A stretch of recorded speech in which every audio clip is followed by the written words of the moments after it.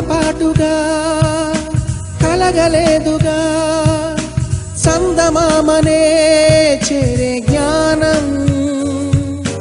చిన్ననాటనే మొదలైందిగా దాయి దాయనే ఊహాగానం